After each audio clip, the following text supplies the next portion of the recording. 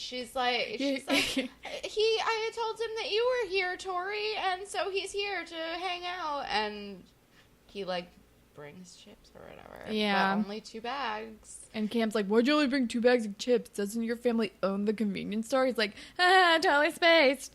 And then, oh my god, and then, and I have a god. Was I insane for thinking that Tori looked like she was a little bit suspicious? Or was I just reading into it? I don't think so, because then when Maya's like, when Zig asks about their fucking terrible song, Maya's like, I don't know. Why don't I put it on for Tori and Cam and we can go into the kitchen and talk about it? And I'm like, that doesn't make sense. But like when they walked out of the room, Tori and Cam just like went to like their homework and didn't look like sketched out at all. Yeah, I mean, she was like, let's get drinks for people. Just you and me, Zig. Like, I would have been suspicious, but all right. And plays their horrible music. Oh my god. My note is, what is this song? ! So I didn't know what it was until I had Allegra look it up because she was watching it with me. Apparently it's a Crash Test Dummies song. It's originally very slow. It's Crash Test Dummies, I was like, are they Canadian? That's the only reason why they would be like, yeah, we should cover a Crash Test Dummies song. They are Canadian, but it's like Tarzan wasn't a ladies' man. He'd just come along and scoop him up under his arms like that, quick as a cat. I wrote down I paused because I was like, what the fuck is this song? It's like about Superman. It's called the Superman song because he's like, Clark Kent, now there was a gem or something. It is not a good song. I have full body chills just because that was so bad. It's bad. At least their rendition is not good at all. Extremely bad. It's horrifying. And I'm like, why do you think this is going to win you? Are people actually going to sing along? Do people know this song in Canada? Are Crash Test Dummies big in Canada? The only Crash Test Dummy song I know is that song, which is slow as fucking, like, I don't even know. I truly can't think of a Crash Test Dummies song. You would know it if I played that, like, it's literally called, like, MMMMM, and he's, like, hums in the chorus. It's not good. I don't think I'd like that. It's... The only Canadian band that I, like, really, really love is Interpol. Why don't they cover an Interpol song? They should. They should cover Evil. Jesus. That song got kind of big.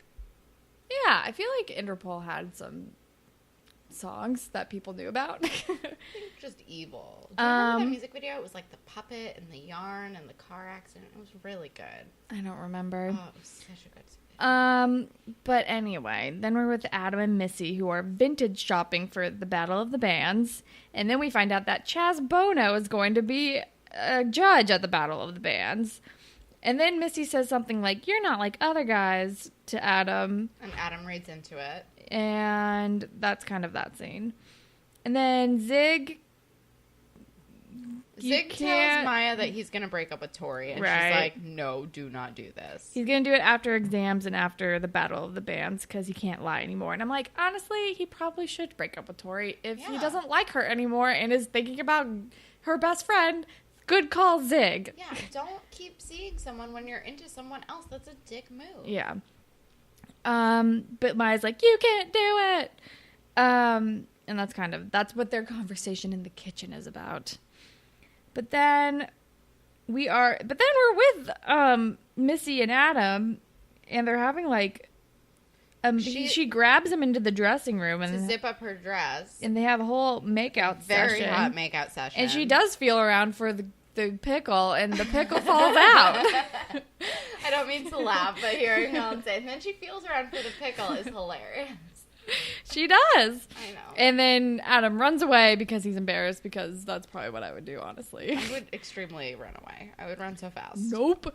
But then we're with Jake and Eli, and Jake is rollerblading around the kitchen, and he's like, look how fast I'm going, like a race car. And I love their friendship. And Eli's just spraying air freshener the whole time. And Claire walks in on this mess and is like, what are you guys doing? Did you guys smoke weed again? And he's like, yeah, maybe a little bit. Can't you tell? We're rollerblading in the kitchen. And spraying air freshener incessantly.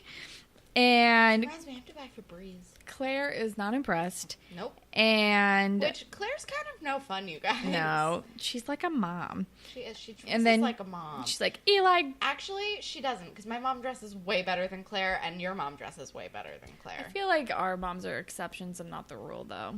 We do have cool moms. If we're being real. We do have cool moms. That's fair. But then she like tells Eli to go upstairs and like, I don't know, get himself together or something. And then Claire's mom comes in and is like, oh, Jake, did Eli leave? And he's like, yeah, I guess so. So now we're lying about Eli leaving. Yep. And then we're back, and Missy catches up to Adam, and she's like, so what's with the pickle? And then she says stack of dimes. Is this a Canadian thing or a Degrassi thing? Why is stack of dimes back? Stack of dimes. I forgot that the only other place that I've heard that is still just Degrassi. Yeah, is it Degrassi now it's just, or Canada? Now I've just accepted it as a common term in my brain. That's just because now we say it all the time. Because of JT. Rest in peace. R.I.P. JT and his stack of dimes. Yeah, she does say stack of dimes. She's like, she literally says, what's the sitch? And I'm like, okay, you're not Kim Possible. You can't get away with saying that. No. And then he's like, I'm MT or FTM, I'm trans. That's what the sitch is. And she's extremely cool about it too. But I immediately, all right, so sorry, I'm getting ahead of myself. So first of all, she says, and I quote, love, peace, and rock and roll was the motto in my house, which made me hate her. She's cool with it because of that. I wrote my note is, it doesn't bother her because peace, love, and rock and roll is the motto in her house. Which is deeply stupid. And I'm like, yay, she's still into him. That's great. And then she's like, so what are you guys doing for the Battle of the Bands? And I was like, oh, red flag. I immediately was like, she's a spy. She's a super spy. Yeah, because I was like, okay, she's cool with it. But Why did she peg Adam? I would think that Mo would be way more easy to manipulate. I don't know. Maybe she knew that he had a girlfriend or something. Maybe. Which, I don't know. And she, like, fully did her research? Yeah, I guess so. But yeah, she asks, like, about the song that Adam's going to perform. And he, like, tells her the whole thing. And I'm like, do you know that she's, I didn't know she was in the bands until we see her later singing the song on the stage.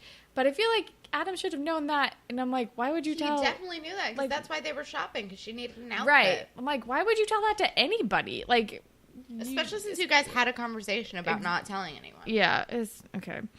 And then we're with Eli, who's like sleeping in Claire's bed shirtless for some reason. Yep. And then, oh no, her mom walks in, and Eli doesn't have a shirt on, and he's like, I gotta go by. And he left Jake's weed on Claire's bed. Right. And Claire, then, like, fully rats him out. Yeah, and then her mom's like, and he has drugs, and she's like, that's not his, it's Jake's. And which, Eli honestly, is... dick move. Yeah. But Eli's still banned from the house. Fair. But I was like, oh, damn. Claire ratted out Jake real fast. Immediately. But then I wrote, I feel like Jake's dad isn't going to care about this. He's definitely not going to give a shit. They found weed in his lake house in the episode that I liked and you hated. Oh, yeah. I forgot about that. I feel like I was in a really bad mood whenever I watched that episode. You were. Because you did not enjoy it. I didn't enjoy it at all. And I was delighted. I don't remember why I was in a bad mood. I don't know. There was probably a reason. But then Becky's back. Yeah. So Becky runs into Adam when he's still on his date, and Right. Becky does a really good speech. Does she? She does. She does a good, or at least I thought it was good at the time. I literally don't remember what she said. She does a speech about how. Oh, like, yeah, no matter, therapy doesn't cure feelings. Yeah, and I thought that was sweet, and she like still really cares about Adam. Yeah. And then Missy is like, hey, what's up, guys? And it's Who's like, this? oh, and no. Adam goes, no one important. And I'm like, oh. And then part 2 starts with Adam reading Becky's email that he digged out of his trash.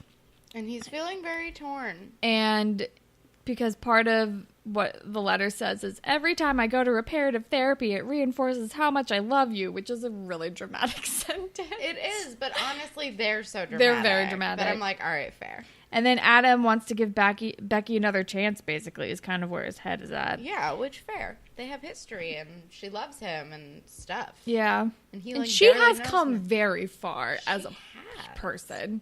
In, like, half a season. Yeah. It's kind of unreal. Yeah, TV magic. TV magic. But it's not in just an episode. Thank God. And then we're with Katie and Maya, and Maya's like, the sky is falling. And Katie says, Chicken Little, what did you do? Yeah. Which made me happy, because Holland calls me Chicken Little, because I always think the sky is falling. She is Chicken Little. And even today, she's like, this thing happened. I'm like, what? What? Why?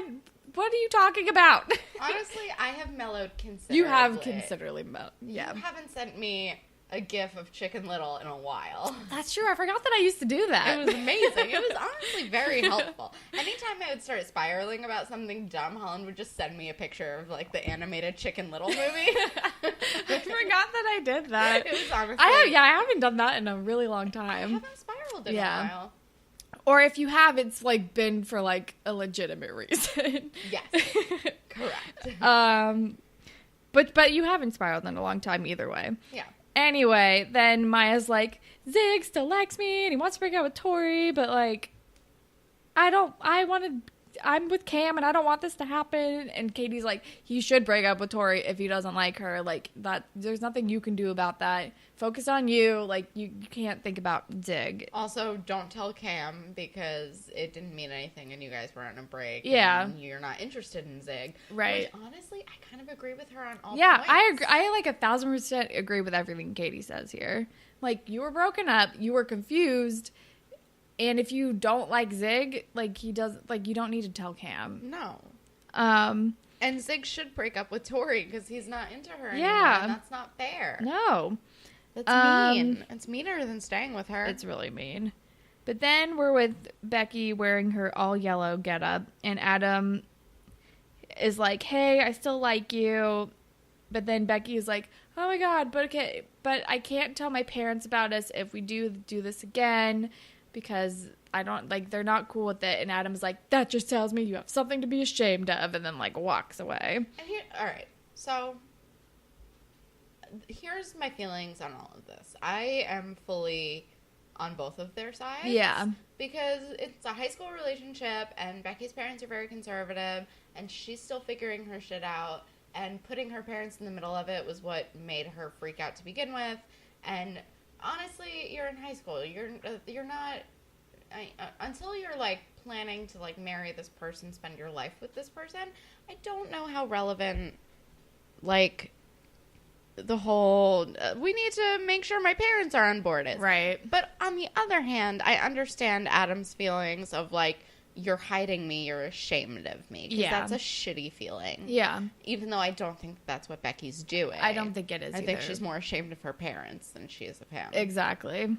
Oh, I forgot. When she was doing her really nice speech, she did, I didn't write it down, but I just remembered it. She says something along the lines of, all therapy has done is remind me of how much I like boys and how you are a boy. Right.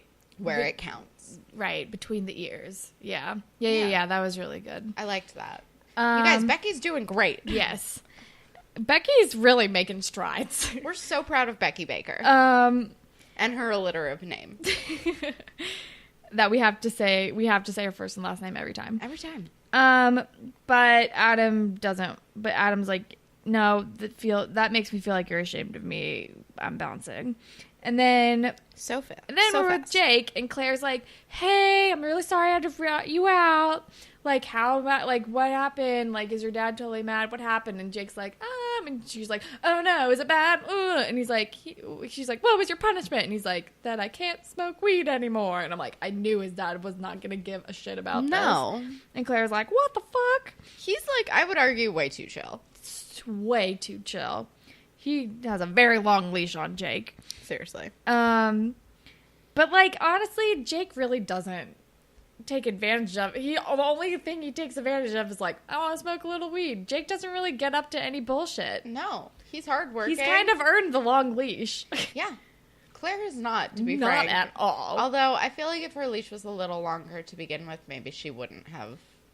Needed a tighter one. Yeah. Yeah. True. But it is unfair that, like, it's, I feel like, later we get into, like, the double standards and how it's sexist, that Claire is, like, much more police than Jake, which I feel like there might be, like, a little of that, like, subconsciously. There's definitely